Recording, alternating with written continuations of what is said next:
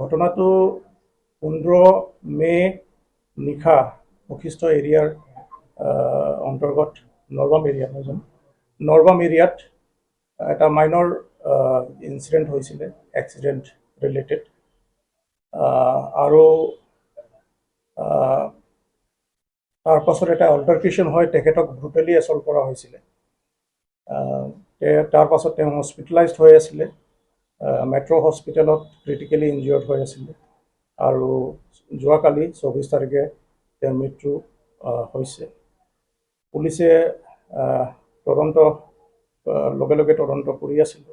ঘটনাস্থলীত গৈছিল, পৰিদৰ্শন কৰা হৈছে। অল উইটনেছবিলাকক ষ্টেটমেণ্ট লোৱা হৈছে। আৰু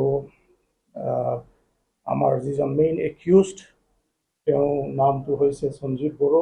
তেখেতে পলাই আছিলে আৰু আজি ৰাতিপুৱা তেখেতক আমি আটক কৰিবলৈ সক্ষম হৈছোঁ।